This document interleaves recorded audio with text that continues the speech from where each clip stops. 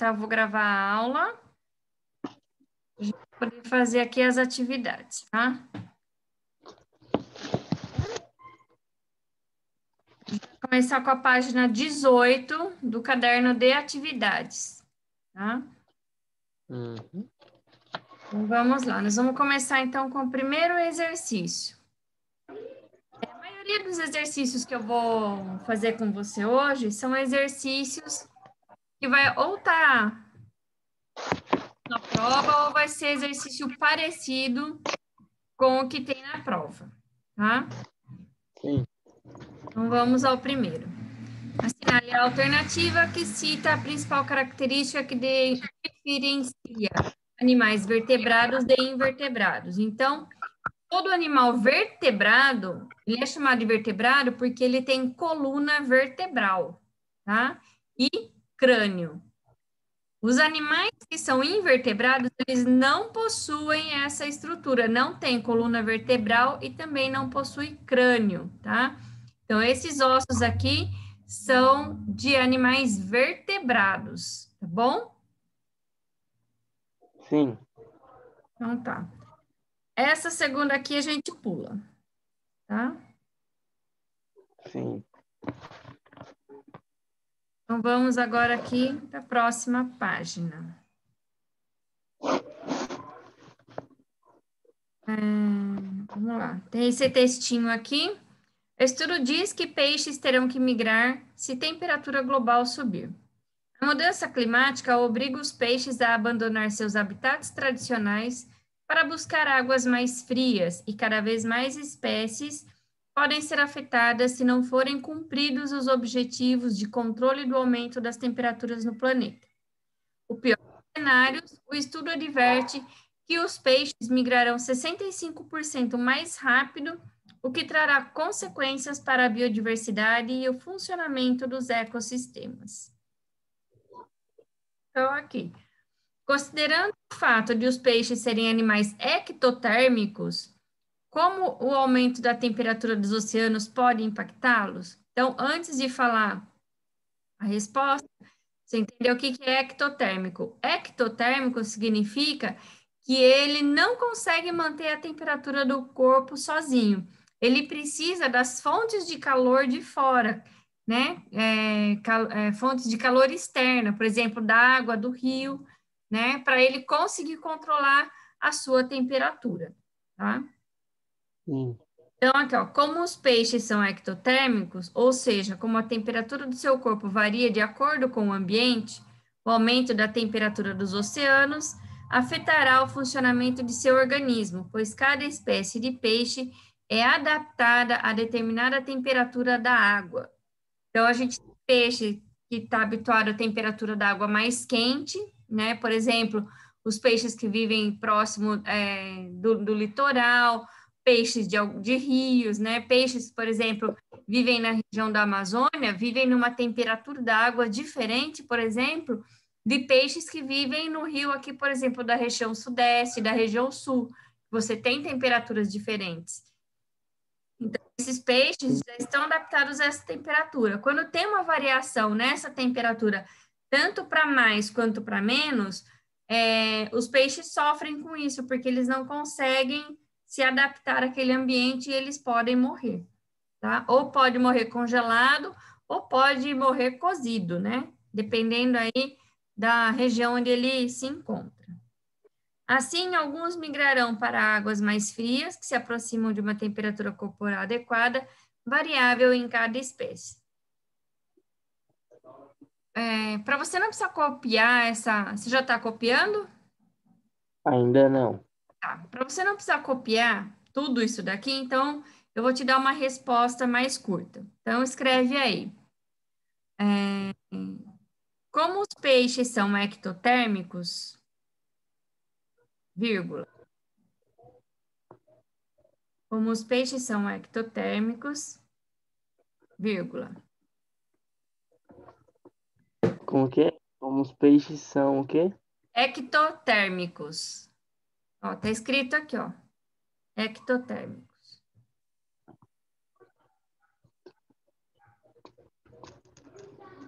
Vírgula. Pronto. O aumento da temperatura da água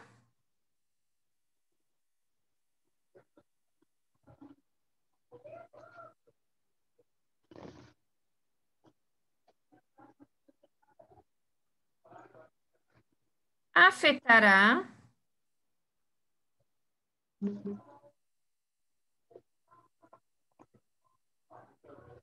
Afetará seu organismo.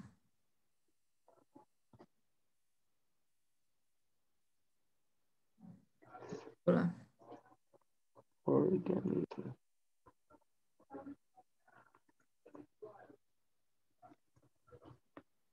Pois cada espécie, O que mais? pois cada espécie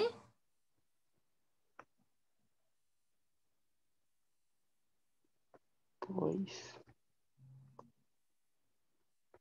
Espécie. Que, pois cada está espécie adaptada, pois cada espécie está adaptada está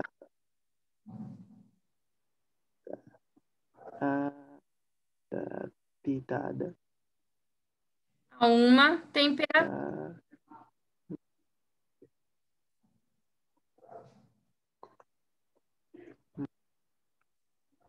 temperatura. Só isso. Ponto final.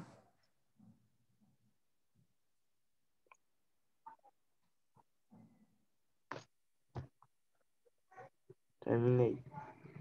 Pergunta de baixo. Por que a migração dos peixes de um local para o outro pode trazer consequências para o funcionamento dos ecossistemas? Então, aqui, né? Porque os peixes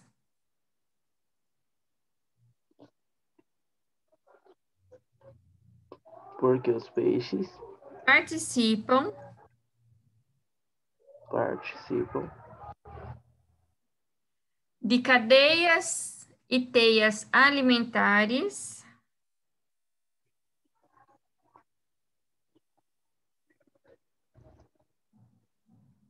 de teias. Teias o quê? alimentares. Alimentares.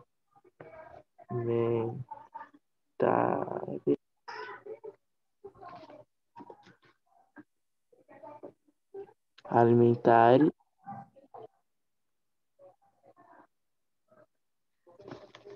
Vírgula. Vírgula. E sua mudança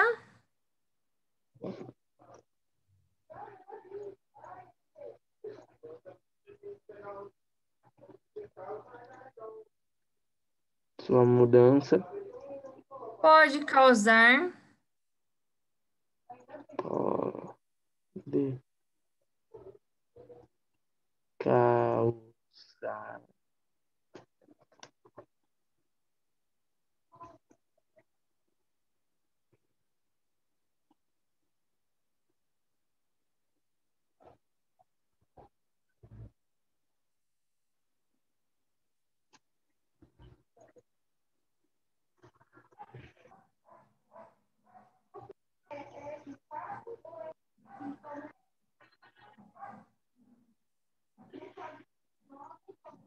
desequilíbrio desequilíbrio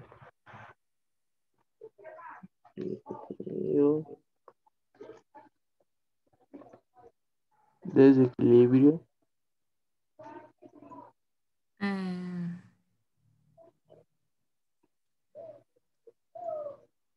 peraí, deixa eu pensar agora que eu me perdi. Os peixes participam de cadeias alimentares e suas mudanças podem causar desequilíbrio nas mesmas. nas mesmas. Isso.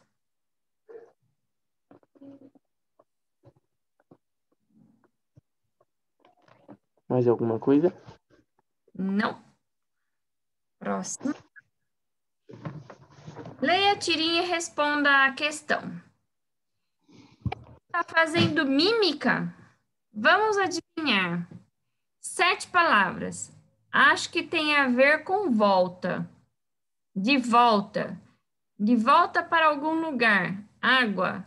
Me levem de volta para a água. Os peixes não sobrevivem muito tempo fora d'água, por quê? Um minutinho que eu vou ligar aqui que vai acabar. Pronto. Por quê? Porque eles respiram por brânquias, por onde a água passa, e ocorrem trocas gasosas. Fora da água, o processo para de ocorrer e o peixe morre. Então, nós temos aí 2 tipos de peixes.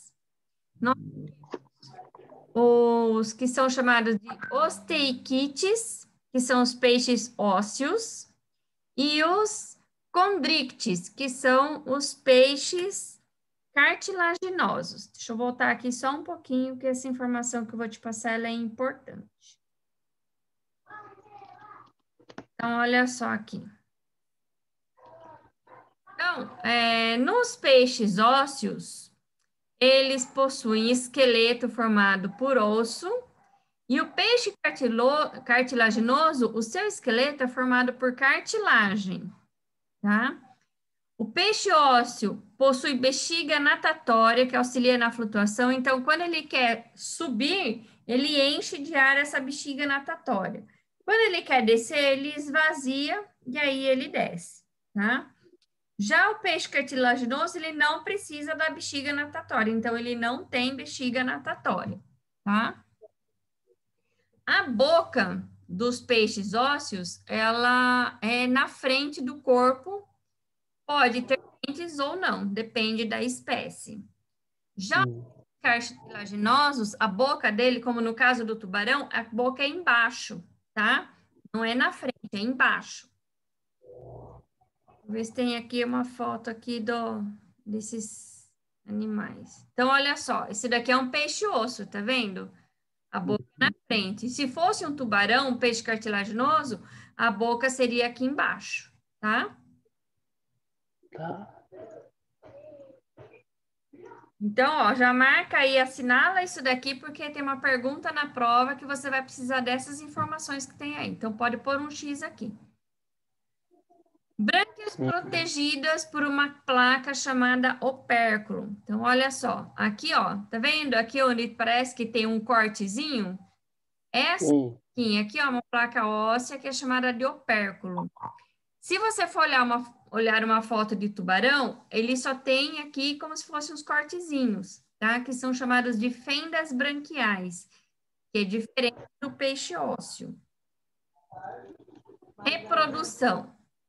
O peixe ósseo tem a reprodução externa, então ele coloca um monte de ovinhos no fundo do oceano ou no fundo do rio, para que esses ovinhos se desenvolvam, né?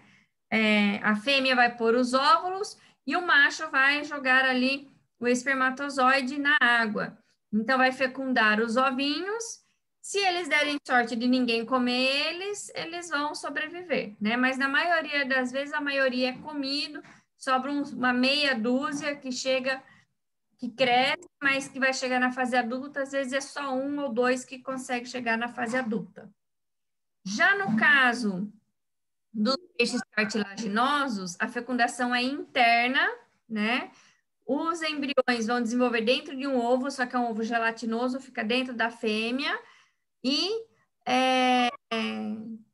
depois de um determinado tempo de desenvolvimento, o filhote nasce. Então, no caso dos peixes ósseos, ele vai ter um monte de ovos. No caso dos peixes cartilaginosos, ele vai ter aí 1 ou 2 filhotes, né? 3 no máximo, são poucos filhotes.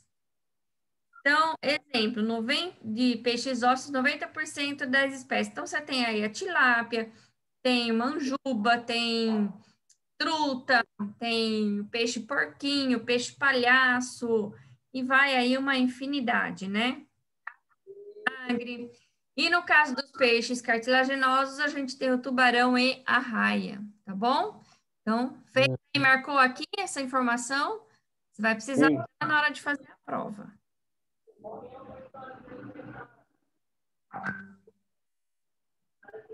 Vamos lá para as nossas perguntas, ok? Aqui nós vamos pular. Aliás, peraí, essa página aqui, não, essa página aqui nós vamos fazer. É outra página que nós vamos pular. Identifique a estrutura marcada com as setas e escreva sua função. Então, ó, tá vendo essa linha que tem aqui? Essa linha Sim. está presente nos peixes ósseos, tá? Ela é chamada de linha lateral. E ela tem a função, né, de captar as vibrações na água que são causadas aí ou por outros peixes para ajudar na detecção de presas ou de predadores. Então, vamos aí a resposta. Anota aí.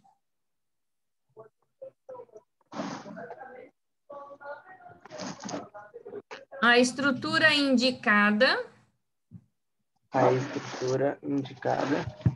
é a linha lateral. Ó, esse primeiro pedacinho aqui você pode copiar. Ó, na verdade, você pode copiar aqui, ó. Tem a função de captar vibrações na água. Ponto. Até aqui.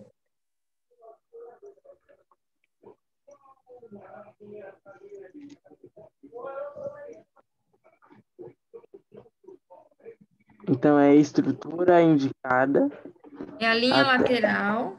Pode copiar aqui, ó. A estrutura indicada é a linha lateral, que tem função de captar vibrações na água. Tá, até a água, então. Isso, tá?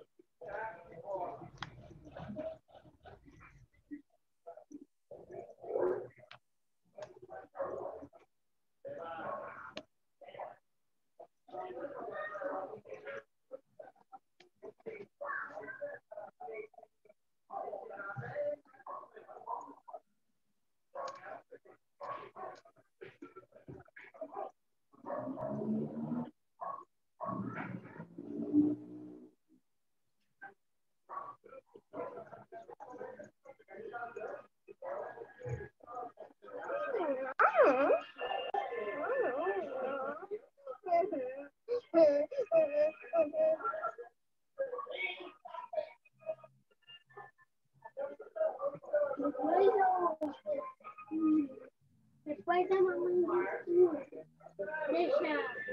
Depois a mamãe Pronto, Carlos? Sim. Então, vamos lá. Próximo. Assinale V para as verdadeiras e F para as falsas. A bexiga natatória é encontrada nos peixes ósseos e funciona como um flutuador que auxilia no deslocamento na água. Verdadeiro. A estrutura em que ocorrem as trocas gasosas para a respiração dos peixes é chamada de linha lateral. Não, é falso, né? Isso, é falso. A linha lateral, ela serve para a percepção das vibrações na água, né? C. As espécies de peixes classificadas como condrictes têm como característica principal a presença de opérculo cobrindo as brânquias. É falso. Quem tem opérculo são as osteíctes. Condrictes não tem. Condrictes tem fenda lateral. D. Os peixes cartilaginosos não apresentam bexiga natatória e sua flutuabilidade é controlada pela grande quantidade de óleo que acumulam no fígado. Verdadeiro. Então, a gente corrige aí a B e a C. Então, na B, como é que a gente corrige aí? Então, a gente coloca aqui, né? A linha lateral percebe vibrações na água. As trocas gasosas são realizadas nas brânquias. Então, pode colocar essa linha.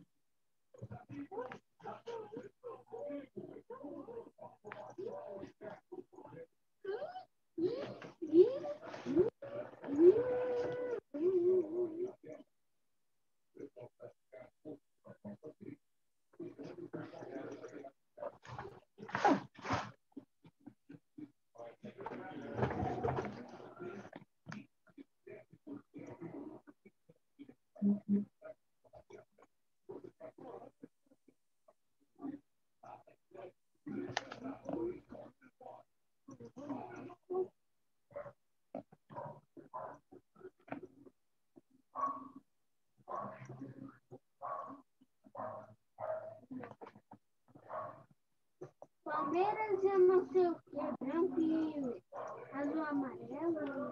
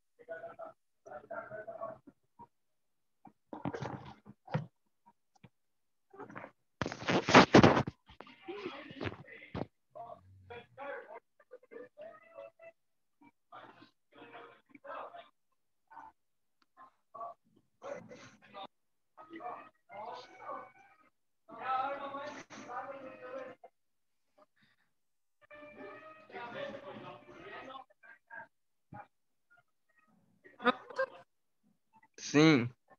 Então, vamos lá. E o C a gente corrige aqui, né? Os condríctes não têm opérculo cobrindo as brânquias. Essa é uma característica dos peixes ósseos. E ponto final. O resto não precisa.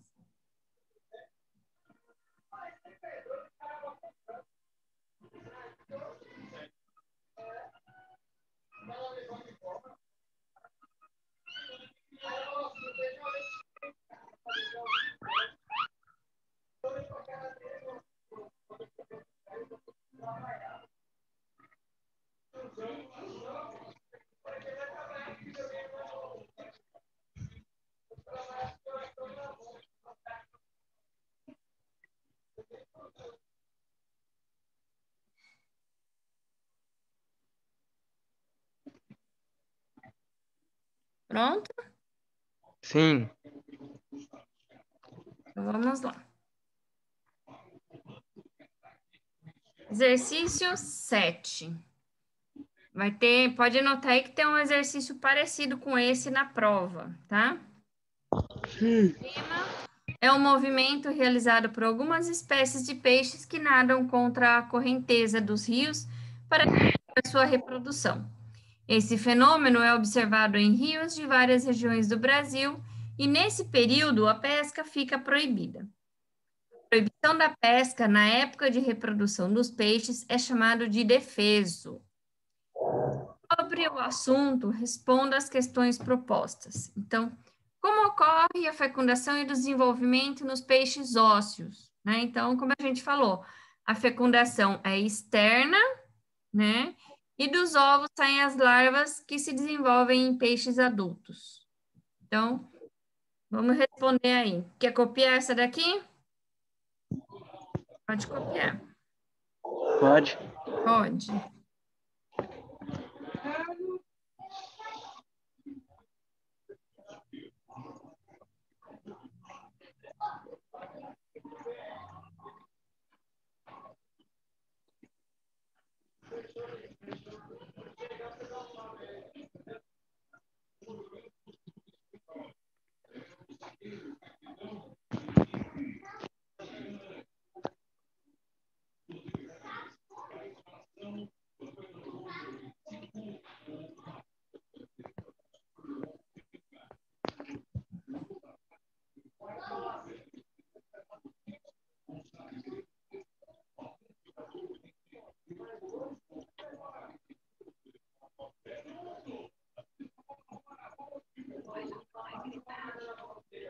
Eu sei.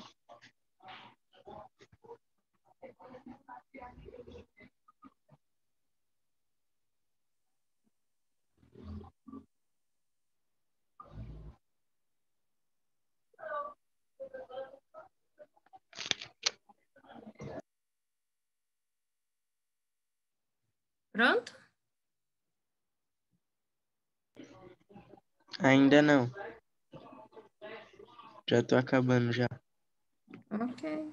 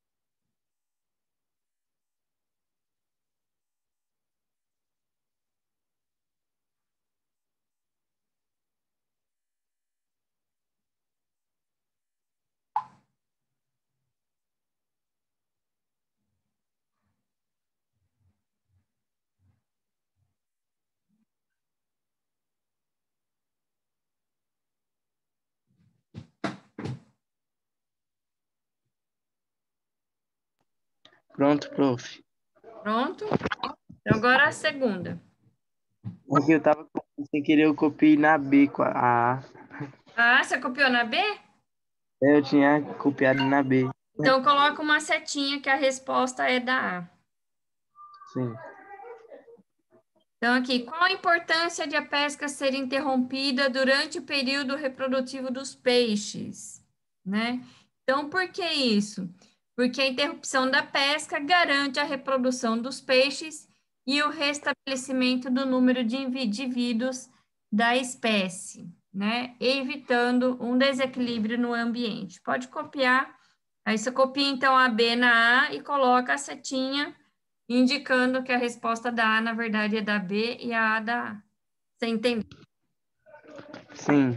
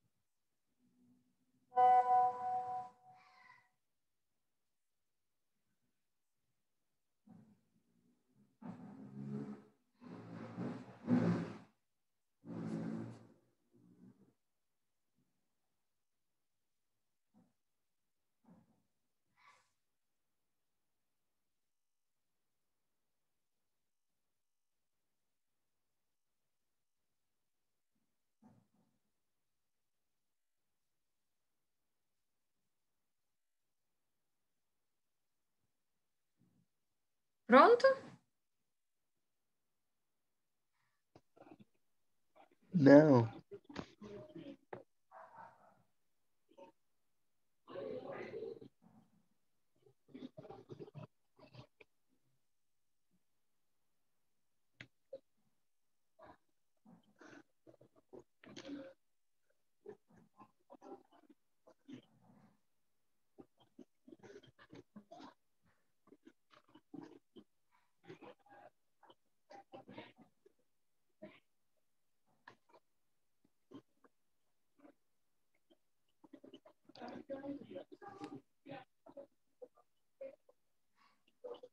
Pronto. Ok.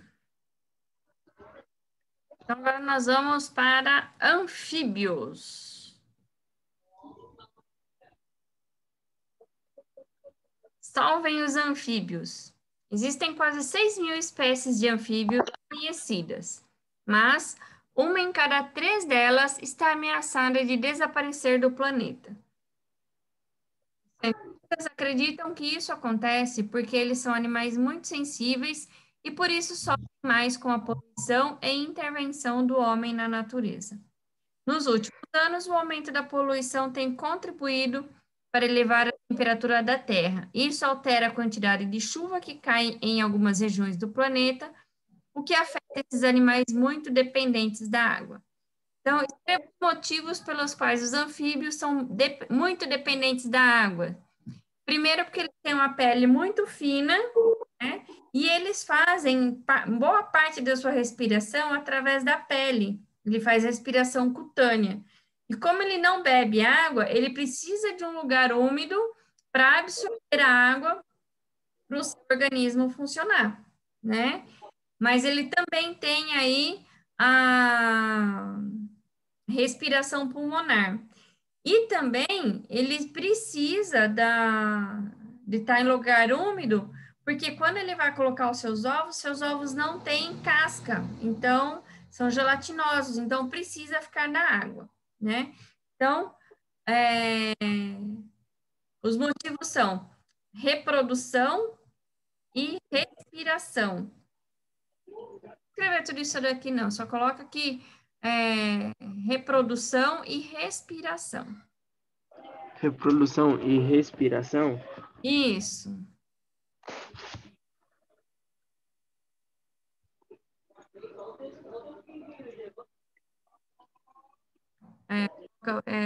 Respiração cutânea, tá? Reprodução e respiração cutânea, porque ele faz respiração pela pele.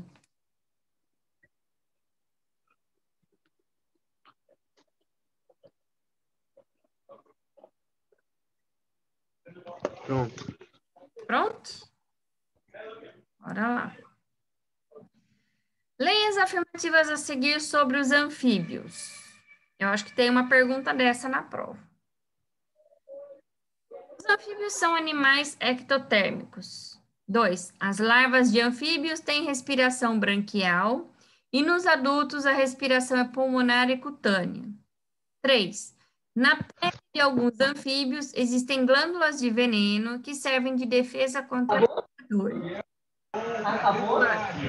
Em algumas espécies de anfíbios, a fase larval pode ser chamada de girino. Estão corretas todas. Então, 1, 2, 3 e 4 estão todas corretas. Essa pergunta aqui, ela basicamente está falando a mesma coisa que está nessa daqui, tá? Sim. Seja você boazinha, eu coloquei essa pergunta lá na prova. Então, essa daqui vai estar lá.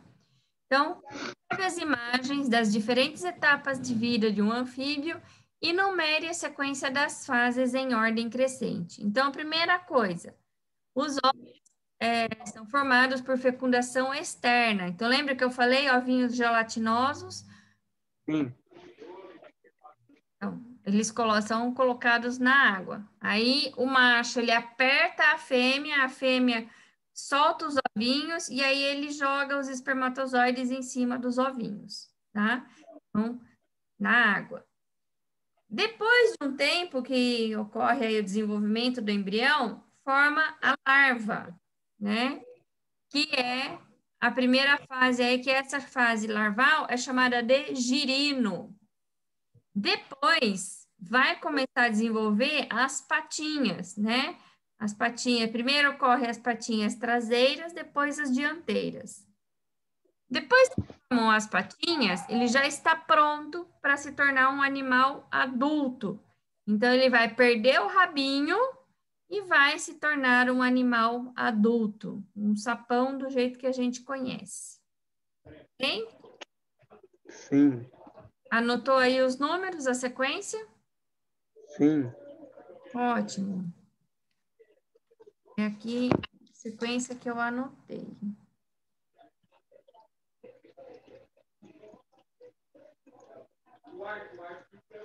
Um pouquinho, deixa eu ver aqui. Eu anotei em algum lugar a sequência, pra não me perder. Eu perdi onde eu anotei a sequência, que bom.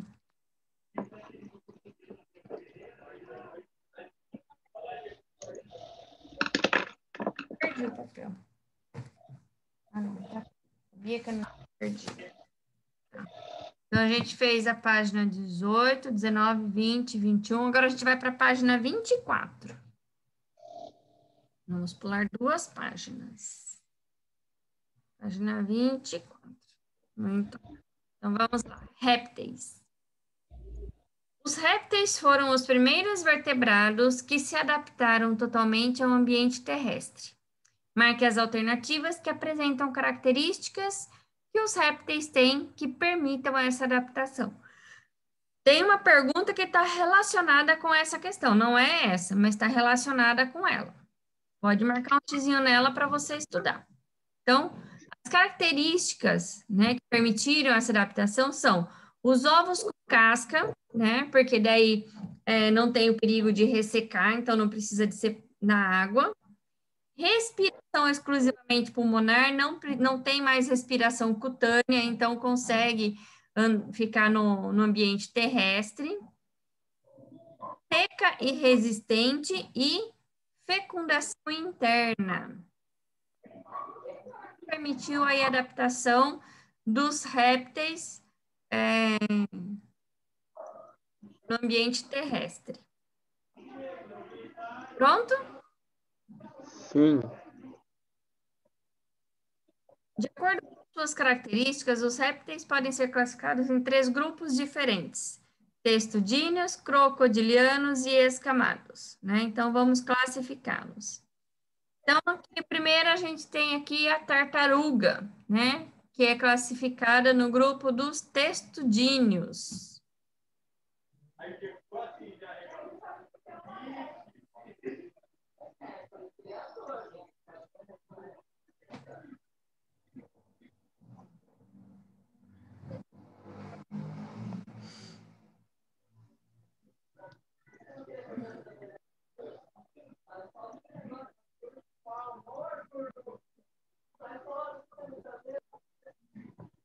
Pronto?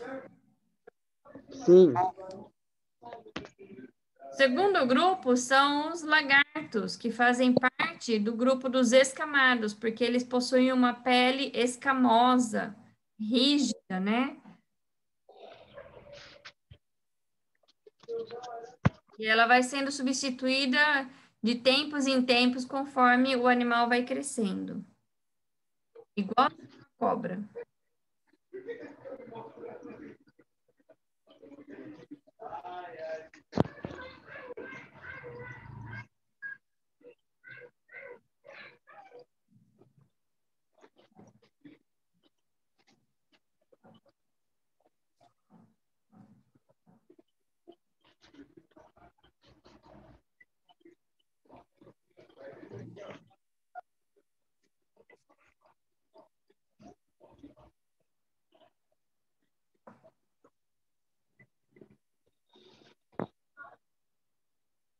Pronto?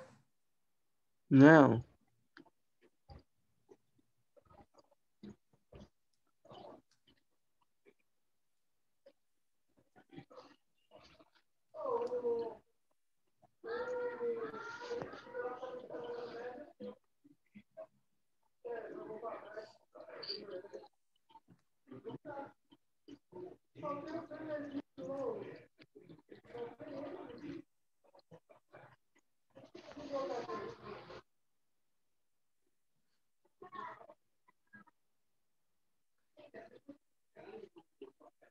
Pronto? Já estou acabando. Tá, eu vou mexer aqui só um pouquinho para eu colocar mais para cima, tá?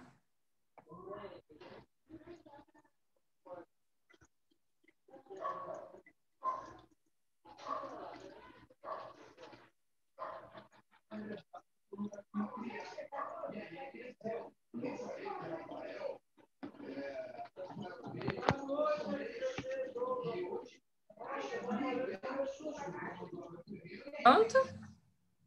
Sim. Então, já copiou aqui o do jacaré também? Sim. Nossa, que esperto, hein? Parabéns. Então, vamos para a última pergunta desta página. As serpentes são carnívoras, ou seja, se alimentam de outros animais. Para isso, podem apresentar algumas adaptações para a caça. Relacione a estrutura corporal das serpentes com sua respectiva função. Então, ela possui língua bífida, ossos do crânio e mandíbula que se desarticulam, ou seja, ela consegue fazer com que abra a boca bem grande para ela conseguir engolir o animal inteiro, já que ela não tem dentes para mastigar. Fossa loreal e peçonha. Então, a língua bífida, ela serve para reconhecer os cheiros para encontrar a presa. Ossos do crânio e mandíbula que se desarticulam, né? Servem para engolir as presas inteiras, pois não conseguem mastigar. Fosseta loreal, detectar a variação de temperatura no ambiente, né? E, por último, a peçonha, que é o veneno, que é utilizado aí para paralisar e matar a presa. Pronto? Sim?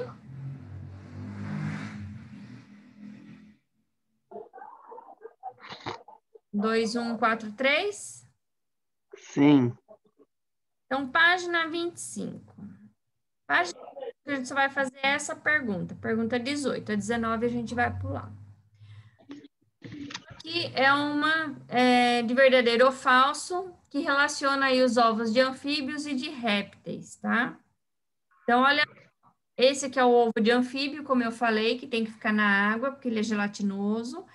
E esse aqui é o do réptil, tá vendo? Ele tem casca, então ele pode ser chocado no ambiente. Anfíbios não estão adaptados para a vida terrestre porque não tem casca para protegê-los contra a desidratação. Verdadeiro. Os ovos dos répteis apresentam casca resistente que confere proteção e evita a perda de água para o ambiente. Verdadeiro.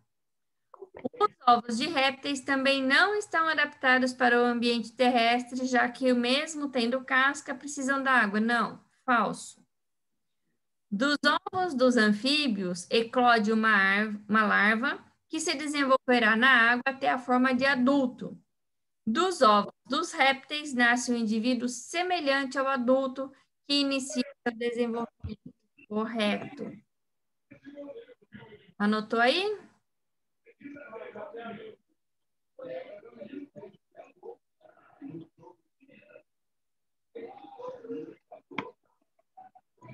Pronto? Pronto. Então, vamos lá. Agora, a página 26. Aves.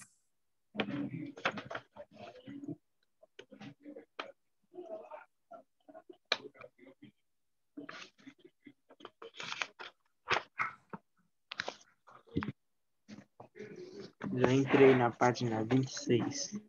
Pronto? Ótimo. Os répteis e anfíbios são ectotérmicos e a maioria das espécies é encontrada em regiões de clima quente e úmido. Já as aves são endotérmicas. O que significa ser endotérmicas? Que elas conseguem regular sua temperatura internamente. Elas não dependem da temperatura do ambiente, como os anfíbios, os peixes e os répteis, tá? Elas conseguem regular internamente, do mesmo jeito que a gente. Nós também somos endotérmicos, a gente também regula a nossa temperatura corporal internamente. Então, a relação entre o tipo de manutenção da temperatura corporal e os vários locais que as aves habitam? Sim, a regulação interna da temperatura corporal permite a exploração de hábitats variados, pois o ambiente não influencia a temperatura interna do corpo animal. Então, aqui você pode copiar só até aqui, ó, só até aqui, habitats variados.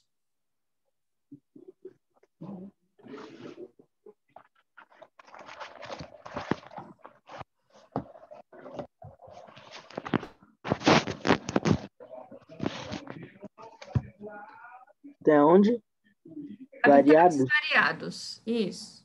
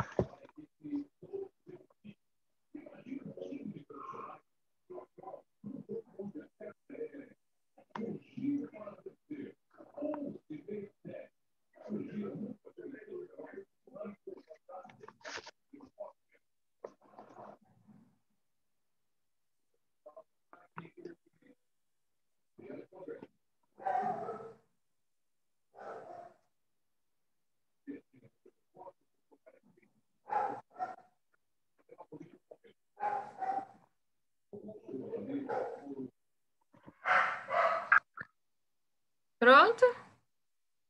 Sim. Ótimo. Então, vamos para a próxima pergunta.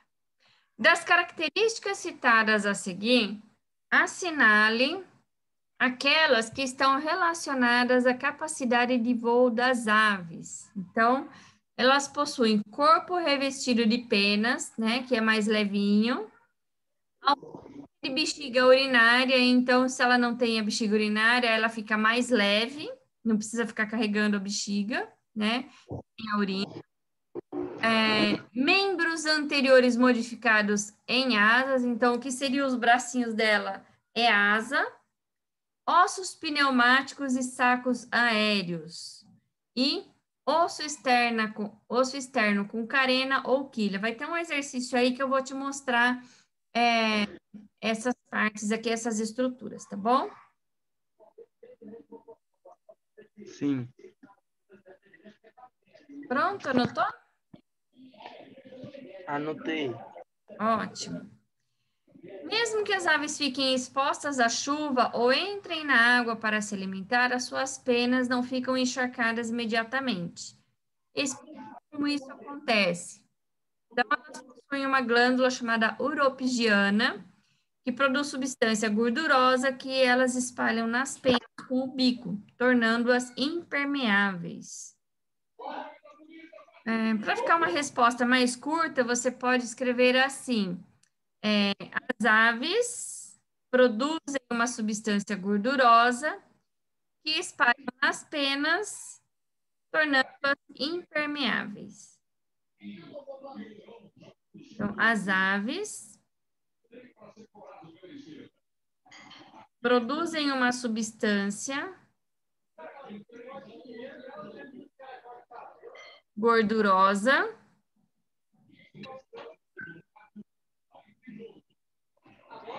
Gordurosa. que elas espalham na pena,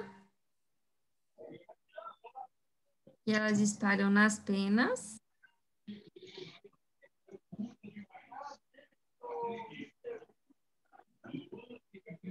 Nas penas. tornando-as impermeáveis.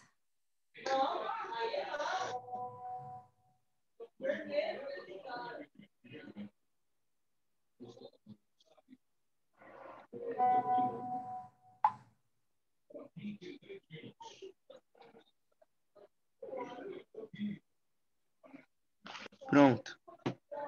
Pronto. Então, vamos para a próxima. As aves apresentam fecundação interna e os embriões se desenvolvem em ovos com casca dura. Observe a imagem e relacione cada uma das estruturas presentes nos ovos das aves com sua respectiva função.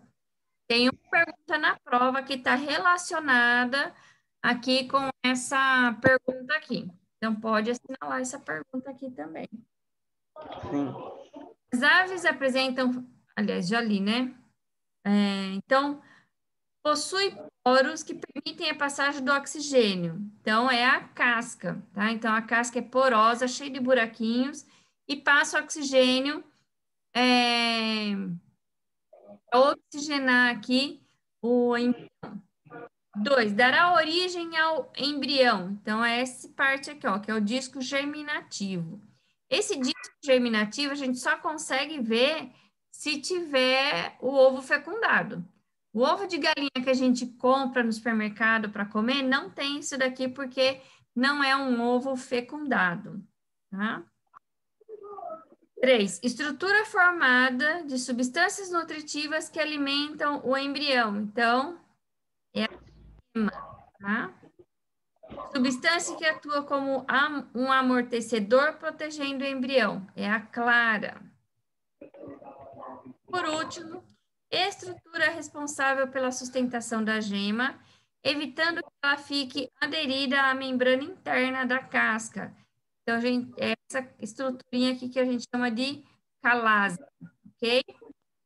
Quando a gente compra o ovo, que a gente quebra, aquele fiozinho branco que a gente vê, é isso daqui, é essa calasa aqui, tá? Sim, Pronto? pronto. Página 27. A pergunta 24 a gente pula. E a gente vem aqui. Mamíferos. Então, como focas, baleias e leões marinhos, vivem em ambientes em que a temperatura pode permanecer abaixo de zero por longos períodos. Além de serem endotérmicos, que outras características esses animais apresentam para garantir o isolamento do frio do ambiente? Eles apresentam aí, então, uma camada adiposa abaixo da pele e uma camada de pelos recobrindo o corpo.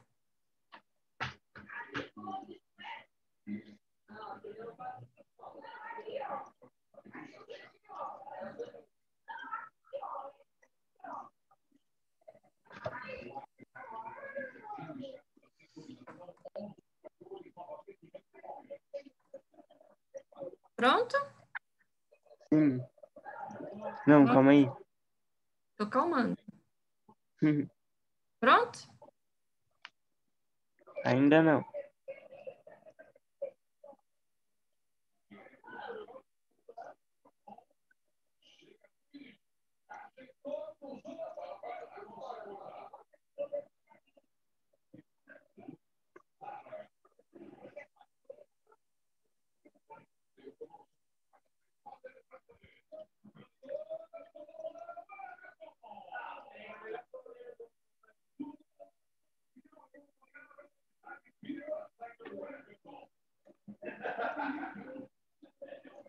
Pronto.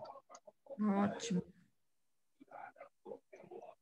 Aqui a gente tem uma cruzadinha, né? Então, aqui.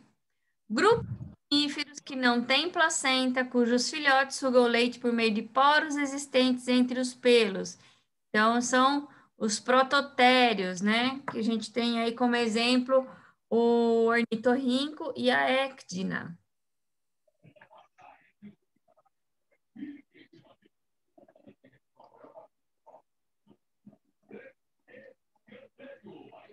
Mas são mamíferos porque os seus filhotes mamam, né? Eles não têm mamilo, mas eles têm um buraquinho que fica escorrendo o leite e o filhotinho, ele suga esse leite nesse porinho, esse buraquinho.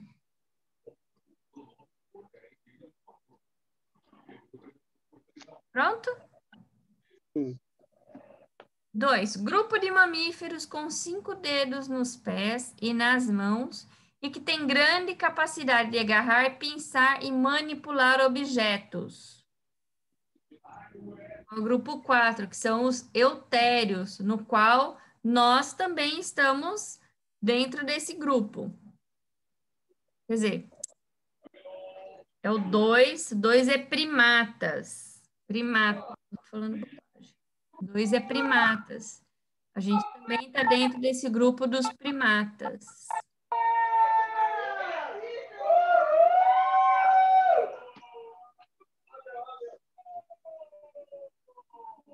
Pronto? Quase.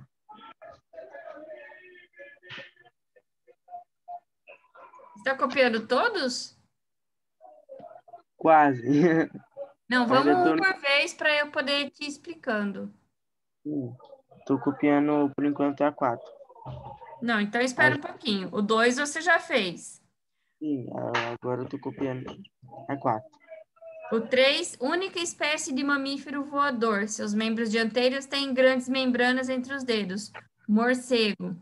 O morcego é o único mamífero, tá? Que é dotado de voo verdadeiro. Existe, se eu não me engano, na Indonésia, uma espécie de raposa, que ele tem uma membrana que liga do braço até o pé, e que quando ele pula, ele consegue planar de uma árvore para outra, mas isso não é considerado um voo verdadeiro, tá? O único mamífero que tem voo verdadeiro é o morcego. Agora sim é o 4, né? Grupo de mamíferos que tem placenta e em que o desenvolvimento do filhote ocorre totalmente no útero da fêmea. Então, são os eutérios e nós também estamos incluídos dentro desse grupo. Então, nós estamos incluídos no grupo dos primatas e também no grupo dos eutérios.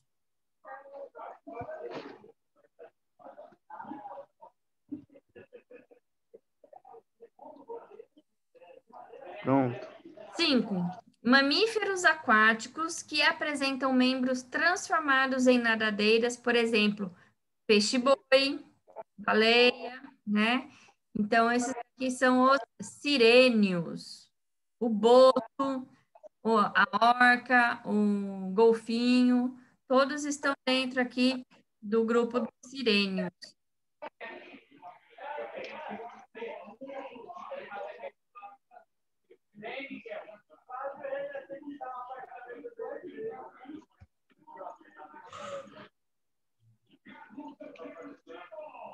E por último, 6. Que apresentam um marsúpio, bolsa na qual os filhotes se desenvolvem, né? Então, a gente tem aqui os metatérios. A prova também tem uma pergunta relacionada aqui com essa cruzadinha. Então, tem informação aqui que vai te ajudar.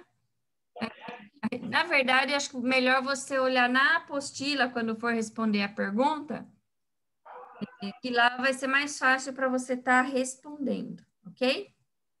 Ok. Última página. Ê! Então vamos.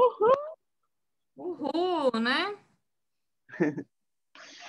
Sobre as glândulas presentes nos mamíferos, foram feitas as afirmações a seguir. Primeiro, as glândulas mamárias produzem leite para amamentar os filhotes.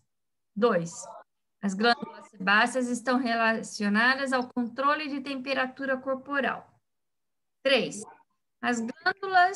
Alguns mamíferos apresentam glândulas odoríferas para afastar predadores ou demarcar território. 4. As glândulas sudoríparas eliminam o suor, que ao evaporar reduz o calor produzido pelo corpo, auxiliando no controle da temperatura. Então, 3 e 4 é verdadeiro. A glândula sebácea, ela vai produzir como se fosse uma gordurinha, tá? Um líquido viscoso, uma gordura mesmo, um sebinho, que vai revestir a nossa pele, a pele dos mamíferos, tá? E vai proteger contra o ressecamento, ok? Embora o nome é estranho, odorífera, gato, cachorro, né? Alguns animais utilizam essa glândula para demarcar seu território, que nem se você vê aí no Discovery, quando eles falam sobre leão, sobre o tigre, né? Eles urinam nas árvores em determinados locais, mas junto com essa urina sai esse odor, esse líquido, né? Que vai produzir odor. E outros animais vão sentir e vão falar: opa, aqui eu não posso entrar porque aqui já tem dono, né? Nós, seres humanos, a gente perdeu a capacidade de sentir esse odor, né? Mas lá no passado, nos primórdios, eles conseguiam sentir muito bem. A gente que já perdeu essa capacidade. E sudorípara, né, que é do suor. E cebola, que produz sebinho. Mamária, que possui leite para amamentar. Pois bem, vamos lá. Mamíferos eutérios, o desenvolvimento do filhote ocorre no útero, dentro do corpo da fêmea, e com a presença da placenta. Qual é a função da placenta no desenvolvimento dos filhotes? Então, ela Caramba, e é Marvin, caramba, que raiva. tem a função de realizar trocas de substâncias entre a mãe e o embrião. Então, é pela placenta que o bebê vai receber todos os nutrientes que ele precisa, oxigênio, e vai liberar o gás carbônico. Copia e me avisa que quando você terminar. Sim.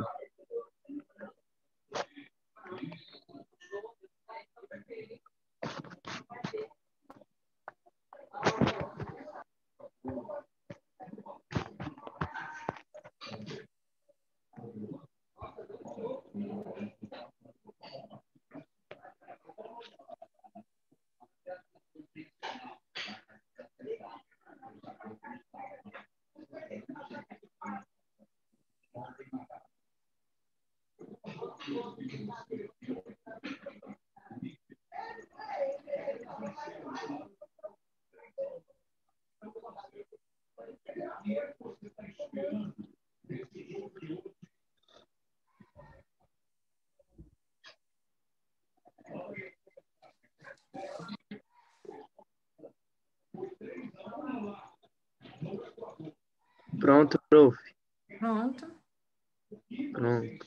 Estamos quase acabando. 20. Embora o número de espécies de mamíferos atuais seja pequeno comparado ao de outros vertebrados, é inegável o sucesso adaptativo do grupo, principalmente nos últimos 70 milhões de anos, quando comparado aos outros grupos de vertebrados. Devido a quais fatores? Então, variação de tamanho entre os indivíduos, ocupação de diferentes habitats em diferentes ambientes do mundo e hábitos alimentares variados. Então, quais são as evidências do enorme sucesso adaptativo dos mamíferos? Todos eles.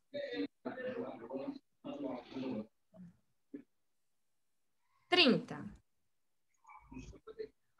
O diretor de um museu de história natural resolveu reorganizar seu acervo de animais preservados em frascos com álcool ou com formol originalmente dividido em 3 armários, como mostrado no quadro abaixo. Considere que cada um deles contenha apenas um exemplar dos animais indicados. Então, armário 1. Sapo, ostra, centopeia, lesma, atum e tartaruga. Armário 2. Estrela do mar, salamandra, pardal, morcego, acará e ouriço do mar. Armário 3. Anêmona do mar, cavalo marinho, rato e lombriga. Na intenção de deixar os 3 armários tendo o mesmo número de filos, o diretor percebeu que bastaria transferir um dos exemplares de um armário para outro. Então, primeiro, para qual armário o exemplar foi transferido? 2, a que filo pertence esse animal? 3, após a reorganização, com quantos filos diferentes cada armário ficou? Então, aqui, né, a resposta é a B. Então, primeiro, para qual armário o exemplar foi transferido? Para o armário 2. Qual é o filo? O filo do molusco. E 3 filos diferentes, né? E com isso a gente conclui aí as atividades do caderno de atividades. Deixa eu só te mostrar uma coisa aqui da ave, porque não tinha, que eu achei que estava aqui no exercício, mas não estava. Sim.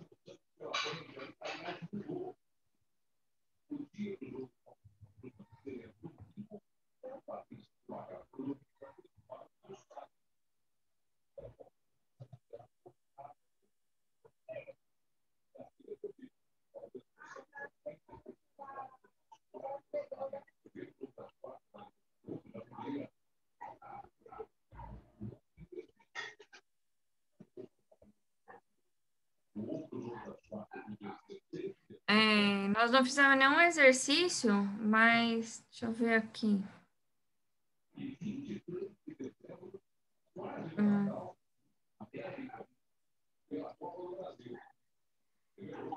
Quando você for fazer a prova, fique atento, porque tem um exercício que fala sobre isso daqui, ó, paleognata e neognata. Então, pode anotar isso daqui, fazer um xizinho aqui.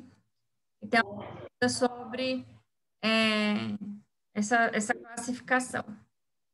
Qual página, prof? Página 44. Da apostila? Isso. Ok. Ok? Pronto, já anotei. Ué, cadê a parte lá do... Ah, tá aqui, ó. Então, olha só. O osso pneumático, tá vendo aqui esse ossinho aqui? Ele é todo cheio de buracos. Se fosse em um ser humano, a gente ia dizer que a pessoa tá com osteoporose. Né? Ela precisa ser um osso bem levinho para ela conseguir voar, senão ela não consegue voar, né? E ela Sim. tem bastante pena, tá vendo? As penas aqui, ó, são dispostas de maneira ordenada, de tal maneira que facilite o voo, né? E o que ele fala de carena ou quilha é essa estrutura aqui, ó. Então, ele tem esse Vzinho aqui e essa estrutura. Então, isso aqui é a carena, tá? E isso permite o quê? Que essa estrutura aqui facilite o voo, né? Vai grudar aqui o músculo que vai movimentar as asas, ok?